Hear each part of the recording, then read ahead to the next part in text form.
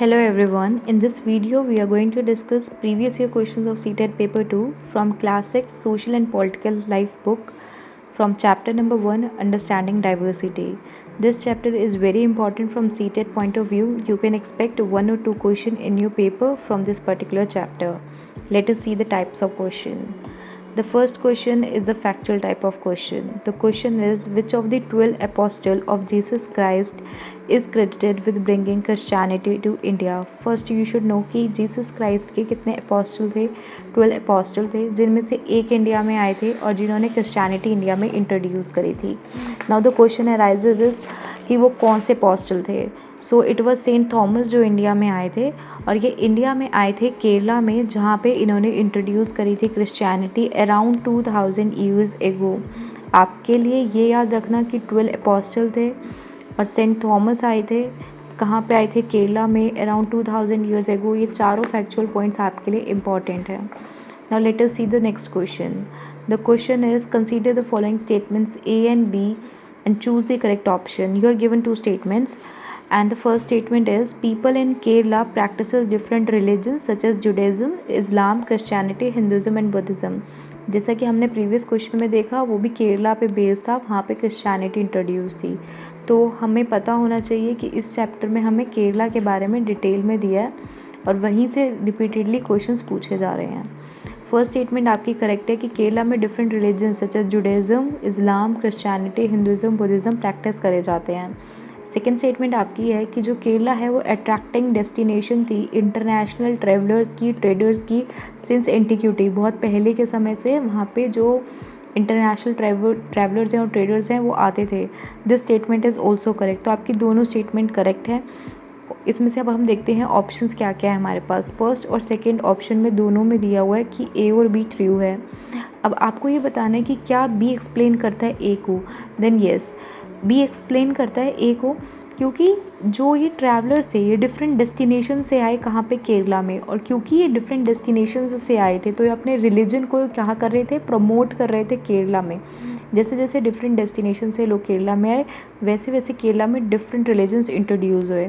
So the correct answer for this question becomes option number A, that is A and B are true and B explains A. Let us see the third question. The question is consider the following statements with respect to diversity. आपको 4 statements दिए हैं diversity पे.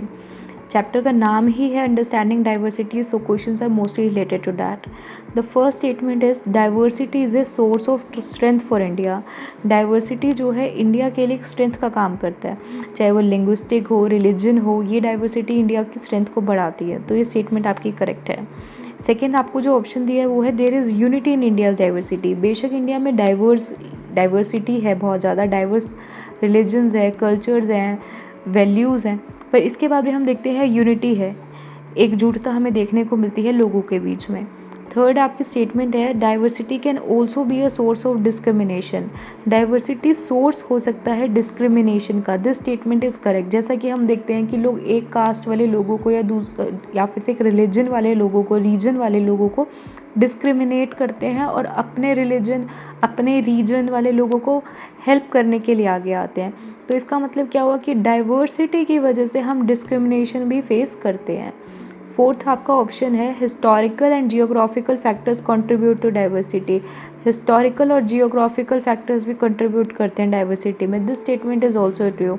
जैसा कि हम जानते हैं कि डिफरेंट एरियाज़ में डिफरेंट हिस्ट्री रही है तो डिफरेंट कल्चर का प्रभाव देखने को मिला है, और डिफरेंट जियोग्राफिकल फीचर्स होने की वजह से, डिफरेंट जियोलॉजिकल लोकेशन होने की वजह से लोगों का कल्चर जो है काफ़ी अलग है, जिसकी वजह से हमें देखने को मिलती है डाइवर्सिटी. तो आपकी 4 स्टेटमेंट्स करेक्ट थी. सो the correct answer for this question becomes option number 1. The next question is through which region of India did Buddhism reach Tibet. India के किस रीजन से बुद्धिज़्म पहुंचा था? तिब्बत में. सो the correct answer for this question is Ladakh. Ladakh एक ऐसा reason है जिसको हम बोलते हैं लिटिल तिब्बत. लद्दाख को हम क्या बोलते हैं? लिटिल तिब्बत. और लद्दाख से क्या हुआ था? इंट्रोड्यूस हुआ था बुद्धिज़्म तिब्बत में. The next question is in declaring that no one language, कोई भी एक लैंग्वेज, रिलीजन, कल्चर कंपल्सरी नहीं होगा सभी लोगों के लिए इंडिया में क्या वैल्यू प्रमोट करने की कोशिश कर रहे थे कॉन्स्टिट्यूशनल फ्रेमवर्क्स? सो कोई भी रिलीजन, कोई भी कल्चर को कंपल्सरी ना बनाकर कॉन्स्टिट्यूशन फ्रेमवर्क्स ने हमारी कंट्री की डाइवर्सिटी की रिस्पेक्ट करी है, कि जो डाइवर्स कल्चर्स हैं, डाइवर्स लैंग्वेजेस हैं, वैल्यूज़ हैं हमारी कंट्री के, सभी लोगों की रिस्पेक्ट रखी है। The next question is which of the following statements about a diverse society is correct? आपको 4 स्टेटमेंट्स दिए और आपको बताना है कि डाइवर्स सोसाइटी के लिए कौन सी स्टेटमेंट आपकी करेक्ट होगी।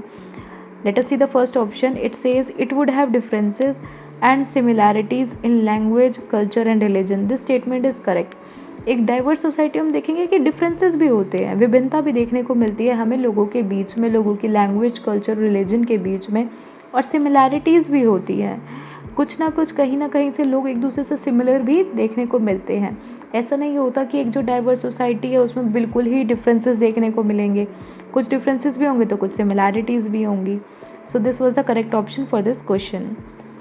The next question is select the examples that represents diversity from the following examples. इस तरीके के क्वेश्चन आपके सीटेट 2021 से आने लगे हैं, जिसमें आपका एनालिटिकल माइंड को यूज़ करने का चांस मिलता है. इसमें क्या होता है कि आपको एग्जाम्पल दिया होता है और आपको खुद से एनालाइज करना होता है कि कौन सा ऑप्शन बेस्ट फिट करता है. ये फैक्चुअल टाइप ऑफ क्वेश्चन नहीं है. यहाँ पे आपको अंडरस्टैंडिंग होनी चाहिए टॉपिक की, कंसेप्ट की, तभी आपको ये क्वेश्चंस पॉसिबली सॉल्व हो पाएंगे. लाइक अगर क्वेश्चन डाइवर्सिटी पे है तो आपको कंसेप्ट क्लियर होना चाहिए डाइवर्सिटी का, तभी आप ऐसा क्वेश्चन सॉल्व कर सकते हो. Let us see the statements first. The first statement is Paritosh knows good Bangla whereas Suchita speaks Hindi. एक पर्सन है परितोष, वो बोल रहा है कौन सी लैंग्वेज? बांग्ला. और सुचिता क्या बोलती है? हिंदी बोलती है. मतलब कि दो लोग हैं और दोनों अलग अलग लैंग्वेज बोल रहे हैं. तो यहाँ पे क्या आपको डाइवर्सिटी देखने को मिल रही है? Yes. But let us see other statements also, क्योंकि आपके लिए इंपॉर्टेंट है कंसेप्ट क्लियर करना. Second statement says Saroj got the chance to go to school. Saroj को चांस मिला स्कूल जाने का, पर निर्मला को नहीं मिला. इसमें हमें क्या देखने को मिलता है कि यहाँ पे जो सरोज है और निर्मला है उनमें डिफरेंसेस हैं, वो नहीं जा पाई है निर्मला स्कूल में. The third statement says Alan belongs to a poor family while Simmons family is very rich. Alan जो है वो पुअर है और सिमन की जो फैमिली है वो रिच है. तो इससे हमें क्या देखने को मिलता है कि हमारी कंट्री में क्या है, इन लोगों के बीच में हमें क्या देखने को मिलती है? इनइक्वालिटी. फोर्थ आपका जो ऑप्शन है वो है Raghu does not want to include Suresh in the football team because he comes from a particular community और सोसाइटी. रघु नहीं चाहता सुरेश को इंक्लूड करना. तो इस पॉइंट से हमें क्या देखने को मिलता है? डिस्क्रिमिनेशन. जो चैप्टर नंबर 2 है उसमें इसी तरीके के क्वेश्चंस आते हैं कि आपको क्वेश्चन दिया होगा और पूछा होगा कि ये पर्टिकुलर इंसिडेंट किस चीज़ को रिफ्लेक्ट करता है. तो इस स्टेटमेंट में हम देख रहे हैं कि रघु नहीं इंक्लूड कर रहा सुरेश को because he belongs to a particular community, so he is discriminating against Suresh. The next question. The question is choose the Now let us see the next question. The question is choose the description that best represents diversity from among the following. आपको 4 options दिए और आपको बताना है कि इनमें से best कौन रिप्रेजेंट करता है डाइवर्सिटी को. The first statement is, the first option is it accepts differences among people. Diversity accept करती है लोगों के बीच में differences. This statement is true. अगर एक पर्टिकुलर सोसाइटी है उसमें डाइवर्सिटी है, मतलब क्या हुआ कि उस पर्टिकुलर सोसाइटी में जो रहने वाले लोग हैं उनमें लोगों की डिफरेंट लैंग्वेजेस हमें देखने को मिलेंगी, डिफरेंट कल्चर देखने को मिलेगा, डिफरेंट रिलीजन देखने को मिलेगा, और ये सब एक्सेप्टेबल होगा. तो इसका मतलब क्या हुआ? ये जो डिफरेंसेस थे लोगों के बीच में ये एक्सेप्टेबल होता है एक डाइवर्स सोसाइटी में. Now let us see this favorite type of question of CTAT. The question is which of the following symbolizes diversity. आपको 4 ऑप्शंस दिए और बताना है कि इनमें से कौन से में डाइवर्सिटी को रिफ्लेक्ट किया जा रहा है. First statement is people belonging to the same caste but living in different places marry people from their own caste. Same caste के लोग अलग अलग जगह पे रह रहे हैं पर मैरिज तो अपनी ही कास्ट में कर रहे हैं, तो ये डाइवर्सिटी का एग्जाम्पल नहीं है. Second is students from the same locality but belonging to different caste studying in a same school. Different caste के लोग अगर एक ही स्कूल में पढ़ रहे हैं तो ये भी एग्जाम्पल है डाइवर्सिटी का. The third statement is people belonging to same religious faith. एक ही रिलीजियस फेथ के लोग हैं और एक साथ रह रहे हैं, तो यहाँ पे तो हमें कहीं से भी डाइवर्सिटी देखने को नहीं मिलती. Fourth option is food material and clothes catering to different communities. Different communities के एक ही शॉपिंग लोकेलिटी में अगर हमें मिल रहे हैं. डिफरेंट डिफरेंट कम्युनिटीज़ की अगर हमें एक ही शॉपिंग लोकेलिटी में फूड मटेरियल्स और क्लोथ्स मिल रहे हैं, इससे हमें क्या देखने को मिला है कि डाइवर्सिटी को रिफ्लेक्ट करता है कि वो जो शॉपिंग लोकेलिटी है वहाँ पे डिफरेंट कम्युनिटीज़ की चीज़ें मिल रही हैं। इसका मतलब है कि ये डाइवर्सिटी का एग्जाम्पल है।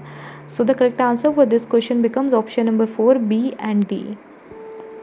The last question from this chapter is which of the following practices symbolizes the acceptance of diversity? इनमें से कौन सी प्रैक्टिस आपको डाइवर्सिटी रिफ्लेक्ट करती है?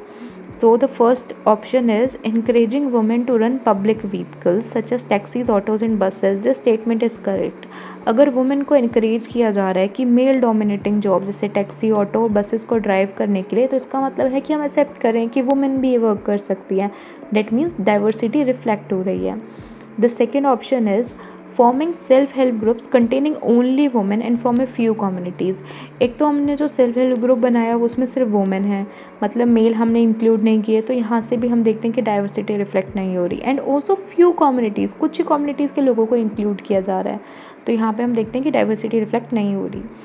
Third statement is allowing people from a few communities to buy land and other property. सिर्फ कुछ ही communities के लोगों को अलाउड है कि लैंड और प्रॉपर्टी आप बाय कर सकते हो, तो यहाँ पे भी हमें कहीं से भी डाइवर्सिटी देखने को नहीं मिल रही है।